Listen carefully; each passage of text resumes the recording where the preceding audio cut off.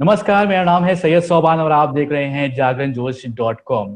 ये आपने कहीं न कहीं तो दोस्तों ज़रूर सुना होगा कि सपने वही सच होते हैं जिन्हें खुली आँखों से देखा जाता है और ऐसा ही एक सपना देखा था अभिषेक जैन ने और उस सपने को सच करके दिखाया है। इस वीडियो में हम आपकी मुलाकात करवा रहे हैं अभिषेक जैन से, जिन्होंने यूपीएससी सिविल सर्विसेज़ 2019 के एग्ज़ाम्स में 24th रैंक हासिल करके अपने आईएएस बनने के सपने को साकार किया है। So without wasting any time, let's meet Abhishek Jain. Abhishek, बहुत-बहुत मुबारकबाद आपको इस सक्सेस पर। Thank you. अभिषेक, हमारे बहुत सारे व्यूअर्स हैं, वो आपसे मिलना चाह रहे थे, इसीलिए हमने कोशिश किया कि आपकी मुलाकात सभी व्यूअर्स से कराएँ। ये बहुत सारे व्यूअर्स ऐसे हैं जो अभी नहीं जानते हैं कि अभिषेक का फ़ोकस जो था वो आईएएस पे था।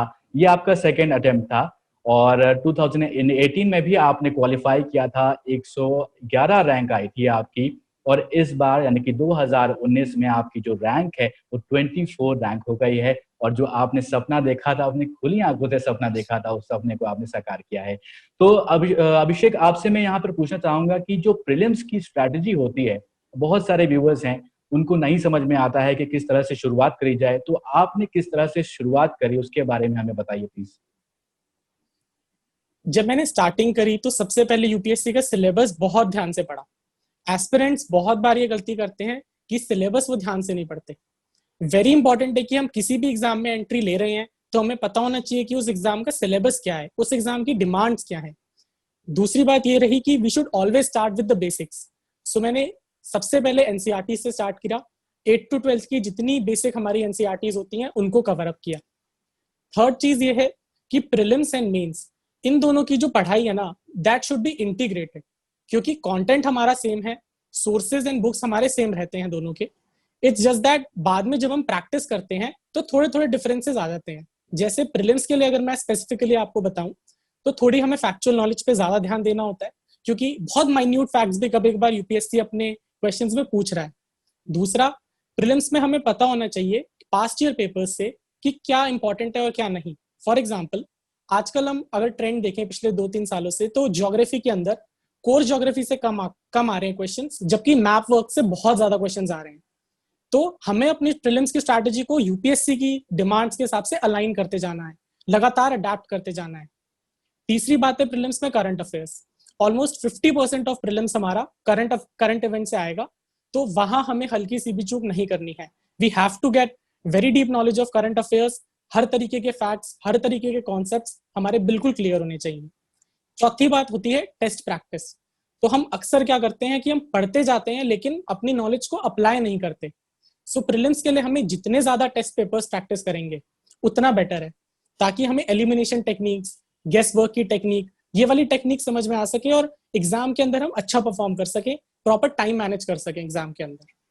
ओके, तो अभिषेक, यहाँ पे बहुत सारे इम्पोर्टेंट पॉइंट्स आपने बताए हैं और होपफुली व्यूवर्स इसे अगर चाहेंगे अडॉप्ट करना तो वो अपने जो भी प्रिपरेशन कर रहे हैं उसमें ज़रूर अडॉप्ट करेंगे। यहाँ पर एक सवाल जो बहुत बार सामने आता है, बहुत सारे मेरे ऐसे व्यूवर्स हैं जो कमेंट करके हमसे पूछते रहते हैं कि न्यूज़पेपर तो वो रोज़ पढ़ते हैं, लेकिन आईएएस की प्रिपरेशन के लिए, प्रीलिम्स एग्ज़ाम के लिए न्यूज़पेपर का पढ़ने का सही तरीका क्या है? अगर आप अपना जो आपका तरीका था वो शेयर करके हमें बता सकें, तो बहुत ज़्यादा हेल्पफुल होगा वो व्यूअर्स के लिए। तो एक्चुअली ये होता है कि हमें newspaper A to Z completely नहीं पढ़ना होता। बहुत सारे हमें, जैसे मैंने बताया, अगर आपको स्टार्टिंग में सिलेबस का पता है और पास्ट ईयर क्वेश्चन पेपर्स का पता है तो आप पहचान जाओगे कि न्यूज़पेपर के अंदर कौन सा आर्टिकल हमारे सिलेबस के लिए रेलेवेंट है और कौन सा आर्टिकल हमारे सिलेबस के लिए रेलेवेंट नहीं है। तो वहीं पर हमें जो इररेलेवेंट आर्टिकल्स हैं उनको साइड ऑफ करना है, उनको नहीं पढ़ना। वहां पर हमारा पूरा टाइम बचता है। और जो रेलेवेंट आर्टिकल्स हैं उनको ध्यान से पढ़ना है, ताकि उनकी जो बेसिक अंडरस्टैंडिंग है, उनकी जो फैक्चुअल नॉलेज है, वो भी हमें ढंग से पता कर पाए। दूसरा ये होता है कि हम हर रोज न्यूज़पेपर के नोट्स, मैं पर्सनली नहीं बनाता था, तो आजकल जो है ऑनलाइन हमें समरीज मिल जाती है मंथली करंट अफेयर्स की। तो मेरा आइडिया ये रहता था कि मैं अपनी चीजों को कंडेंस करूं। तो सपोज 12 महीने के करंट अफेयर्स हमें प्रीलिम से पहले करने हैं, तो मेरे पास वो 12 बुकलेट्स हैं।